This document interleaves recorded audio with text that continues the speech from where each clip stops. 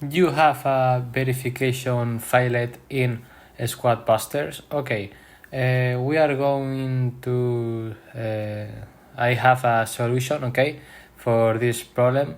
And first, okay, go to the App Store or Play Store, okay, and okay, here in the App Store or Play Store, go to the